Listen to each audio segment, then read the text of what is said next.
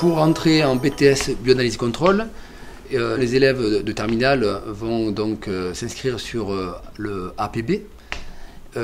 Et pour les élèves qui sont en post-bac, qui veulent se réorienter, ils vont faire une inscription également sur APB aussi. Deux types de bacheliers sont recrutés en priorité, des bacs S et des bacs STL biotechnologie. Nous recrutons aussi des bacs STAV, des bacs ST2S et quelques bacs pro également. On prend en compte au niveau du recrutement les notes de biologie bien sûr, de mathématiques, de physique, chimie et d'anglais. Et on fait très attention aux commentaires des enseignants au niveau des bulletins, surtout à propos de l'attitude et du sérieux des étudiants. Il arrive qu'on recrute des étudiants un peu atypiques et la lettre de motivation sera déterminante dans ces cas-là.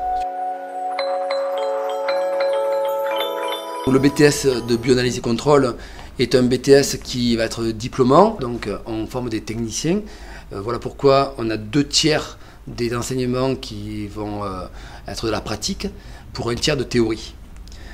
Au niveau des matières, les matières principales sont la microbiologie, la biochimie, la biologie cellulaire et moléculaire, l'anglais bien sûr, mais une matière va fédérer toutes ces matières-là, c'est la STBI, Sciences Techniques Bio-Industrielles, qui va être finalement la matière qui va donner la couleur à ce BTS, puisque ça permettra de parler du contexte bio-industriel. On a beaucoup de travaux pratiques, beaucoup de manipulations.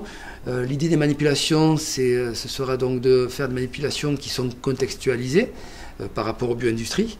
Beaucoup de contrôle qualité de produits. Le travail doit se faire en autonomie. Chaque étudiant donc, a son travail propre. Il y a de la rigueur, bien sûr.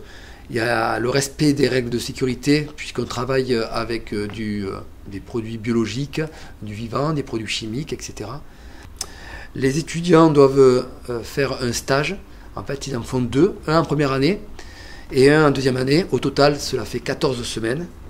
Les 2 stages doivent se faire sur le même lieu. Les stages peuvent se faire dans des laboratoires de recherche, mais également dans des industries des bio-industries, toujours dans les laboratoires de contrôle.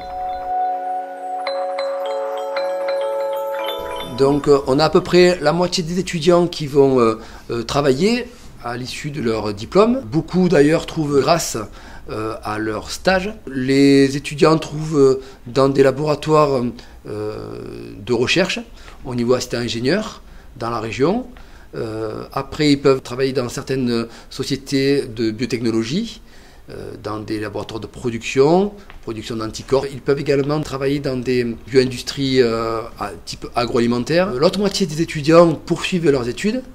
On va donc avoir des étudiants qui vont avoir des poursuites assez variées. La plupart sont dans les milieux biologiques, bien évidemment, mais certains vont aller dans des domaines annexes, type œnologie par exemple, type qualité. Ils vont également en licence classique, pour rejoindre donc la faculté. Très souvent, ils sont pris directement en L3 et d'autres étudiants, alors pour cela, ce sont les meilleurs étudiants, vont opter pour des écoles d'ingénieurs, soit en intégrant directement sur dossier et sur entretien certaines écoles d'ingénieurs, soit en passant une année de préparation à des concours par une ATS. Et ils préparent les concours et intègrent des écoles vétérinaires, agroalimentaires.